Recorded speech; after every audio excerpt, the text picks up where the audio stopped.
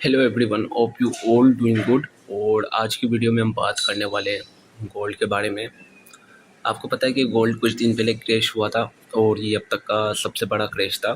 तकरीबन 4400 से price drop होके कुछ 39 या 4000 तक आ गई थी। और मैंने उस वक्त आप लोगों को बताया था कि एक डबल जो टॉप है, एक बेरिश पैटर्न है, ये फॉर्म हुआ है। और आई थिंक जो इस वक्त RSI भी है वो भी बहुत ही ज़्यादा ओवरबाउट है।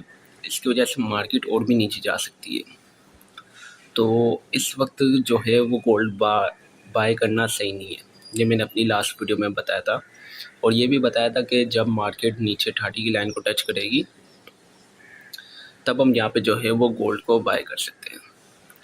अब कल के दिन अगर आपने मार्केट देखी होगी, लास्ट 2 डेज में मार्केट गोल्ड की थोड़ी और क्रैश हुई है, मार्केट थोड़ी और नीचे आई है। और जो RSI की 50 की लाइन होती है ना, उससे मार्केट नीचे आ गई है।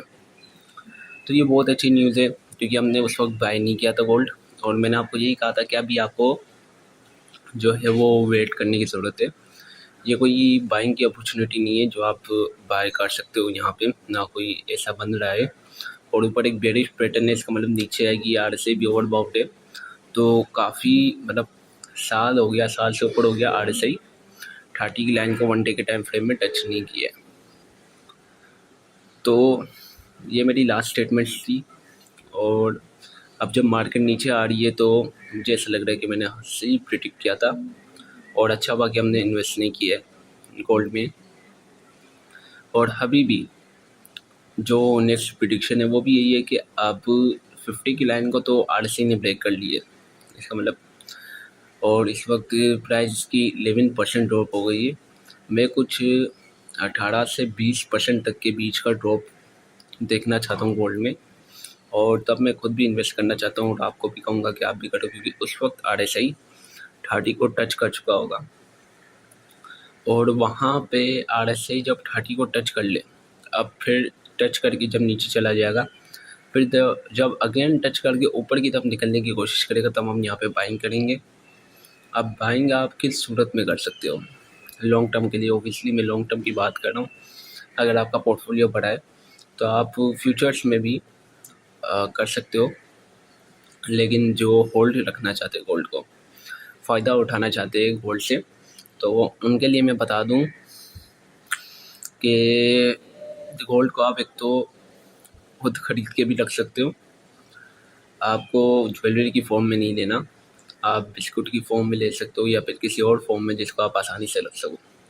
या फिर इसके अलावा डिजिटल गोल्ड आता है, वो आप बाय कर सकते हो। मुझे नहीं पता आप किस कंट्री के हो, लेकिन पाकिस्तान या इंडिया से हो तो आपको बैंक्स ऑफ़र करती है, आप गोल्ड के म्यूचुअल फंड्स होते हैं उनमें इन्वेस्ट कर सकते हो।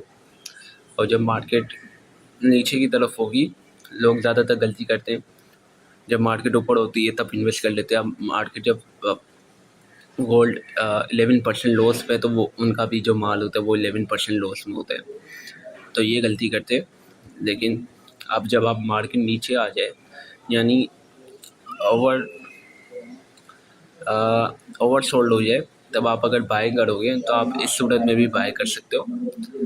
या फिर इसके अलावा जो नेक्स्ट ऑप्शन हमारे पास है वो है कि अगर आप क्रिप्टो आपको बहुत ही ज़्यादा इजी लगती है, तो क्रिप्टो में कॉइन है XAG, ये आपको बाइनेंस पे मिल जाएगा। ये जो कॉइन है इसकी कीमत पूरी गोल्ड के बराबर चलती है, यानी जो गोल्ड की कीमत, क्योंकि इस कॉइन में पीछे रिजर्व में गोल्ड पड़ा हुआ है, तो जितनी उसकी कीमत उतनी इस कॉइन की कीमत। तो इस वजह से वो कॉइन भी आप खरीद सकते हो और वो कॉइन आपके लिए लेना बहुत ज़्यादा ईजी है। वो आप बाइनेंस पे ही ले सकते हो। अब अगर गोल्ड बहुत ही ज़्यादा ऊपर जा रहा है तो ये जो कॉइन है ये OKX पे भी आ रहा है, और लोग जो है गोल्ड में इन्वेस्ट करने की जगह इसी कॉइन में इन्वेस्ट कर रहे हैं, क्योंकि एक तो ये बहुत ही ज़्यादा फास्ट है, कोई पेपर वर्क नहीं, और मतलब कभी भी बाय किया कभी भी सेल किया एक्सचेंज के थ्रू, तो ये बहुत ज़्यादा इजी बन जाता है, तो आप इसके थ्रू भी इन्वेस्ट कर सकते हो।